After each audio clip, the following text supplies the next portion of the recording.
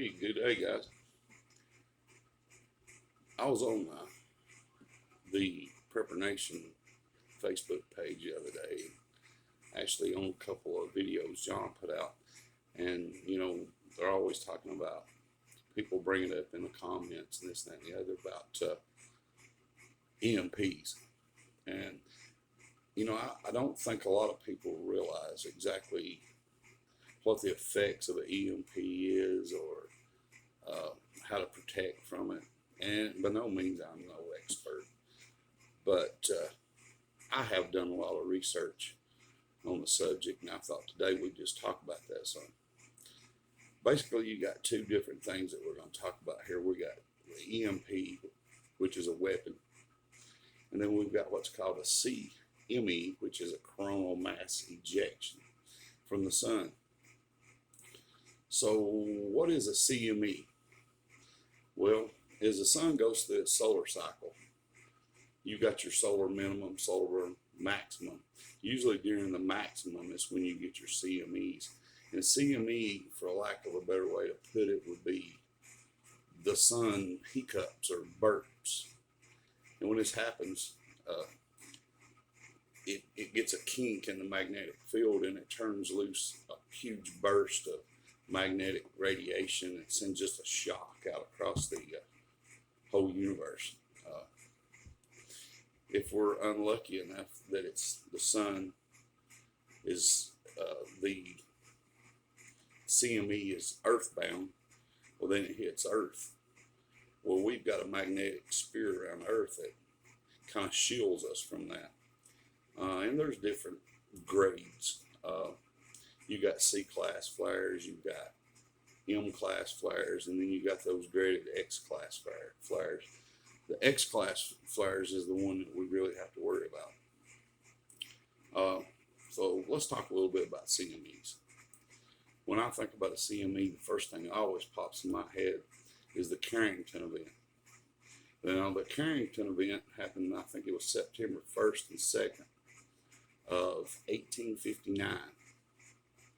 I believe that was during solar cycle 10, best I can remember from my research. But in 1859, we didn't have power grids, we didn't have cars, we didn't have electricity. But what we did have in 1859 was this newfangled technology called the telegraph. And you guys, there's no need me going into what a telegraph is, you know what that is. But during that event, that magnetic radiation or electrons were so strong that it actually burnt the telegraph lines down,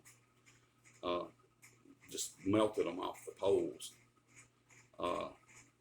Telegraph operators got shocked, and there's even some reports of the paper in the telegraph machines bursting into flames. The aurora borealis, or northern lights, were seen worldwide, and as far south as Cuba, to get an idea of how strong that event actually was.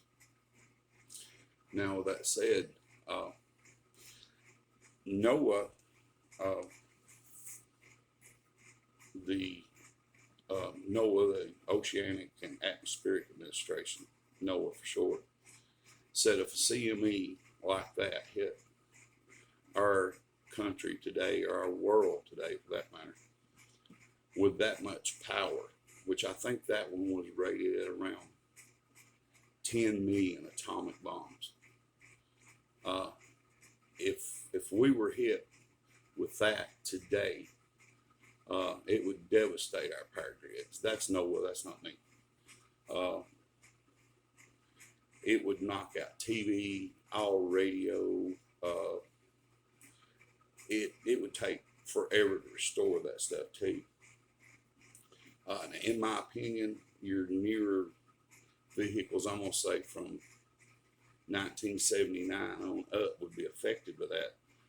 Even though some of the like 2002s back to the early 80s, some of them might still work, still run. But where people get confused, yeah, you've got a running car, even if you did have one, let's just say. Well, what you've got is what gas you've got in the tank. If that car runs, your car is going to run till it runs out of gas. But then there's no way to pump more gas. All the grids would be down. There's no way to manufacture gasoline after that. There's with no way to manufacture gasoline, diesel fuel, and all that. You're looking at your stores out of food in 3 days. And you know, I hear stuff people say, well, you know, you can put your cell phone in a microwave and protect it because that's like a Faraday cage.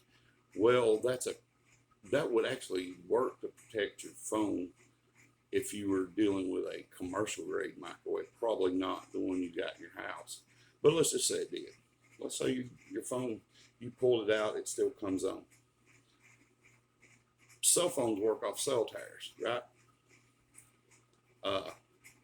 A C.M.E or E.M.P, the one's going to melt those cell phone towers. So pretty much what you got in your hand is a cell phone that'll turn on. You can look at the pictures that's on it or videos you got saved, but you're not going to have any internet. You're not going to have any way to communicate on that phone.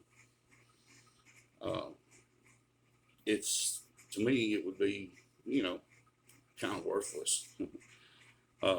Another example of a C.M.E happened in 1989. The event that I'm talking about there, it hit around Quebec. And in 92 seconds, 6 million people were without electricity. Can you imagine that? That was just a small one. I think that might have been a real small X-class flare.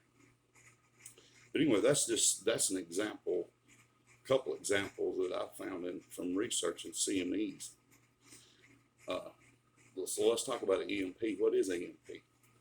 E.M.P is an electromagnetic pulse. The military calls them HEMPs or HEMPs, which is high altitude electronic magnetic pulse. It's a weapon, plain and simple. It's a bomb. It's designed to be detonated in the atmosphere, preferably, 250, 300 miles above the country. What happens, that just mimics that CME. There's actually, the United States have experimented with these weapons. For example, let's talk about Starfish Prime. Starfish Prime was a military experiment in 1962. They detonated a 1.4 megaton thermonuclear device 250 miles above the Pacific Ocean. Best I remember, and I'm looking at my notes, it was a 1.4 megaton. It was 100 times bigger than the one that we dropped on Japan. But when they did that experiment, they had electrical failures, 1,000 miles from where they'd done it. It turned off the electricity in Hawaii. They're 1,000 miles from Hawaii, 900 miles from Hawaii. We know, and our military knows, that Russia has this bomb. China has it. You can look it up. I read something on Forbes the other day about China's got the ability to do early strike on us. For instance, if they hit us with an E.M.P. of that size and they shut down our grid, we don't even really have a way to strike back. I mean, it's going to knock out satellites, about all comms, you name it. It'd be devastating to our country. Let's talk a little bit about transformers and stuff that CMEs and E.M.Ps would knock out. In today's world, we depend on electronics for everything. E.M.P. today would take out any kind of electrical cable lines and these transformers. And I'm not talking about just the transformers on the electric pole. poles that you see going down the road. There's huge transformers. And when the grid was put up, we had trains to haul these things. They're that big. They weigh somewhere around 400 tons. It takes at least 2 years with the power grid that we have now and the ability to manufacture. It takes 2 years to build one of these things. And according to what I've read, it costs around $7 million for each one of them to build one. That's a lot of money. And I don't know how many, like I said, I'm no expert. I don't know how many of them there are across the country.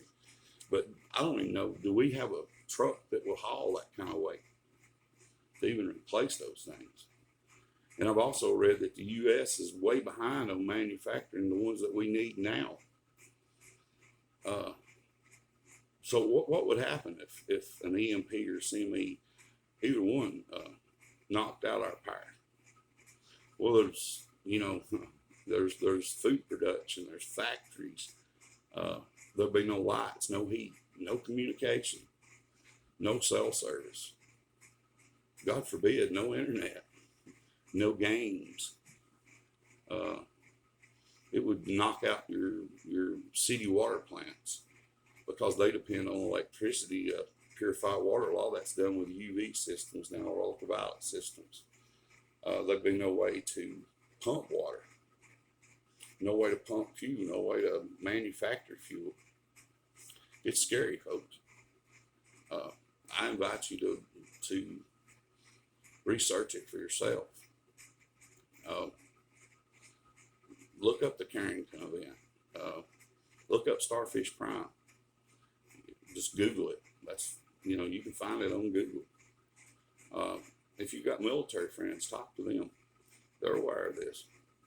Anyway, guys, that's just some things I wanted to run by you today. I see a lot of chatter on different pages and in comments and that kind of stuff. A lot of people's got generators. Well, I don't care. I've got a generator. Well, good. That's great. I've got a generator. Generator works till you run out of gas or diesel. Then you don't got it no more. A lot of people's got solar systems, houses, backup solar systems.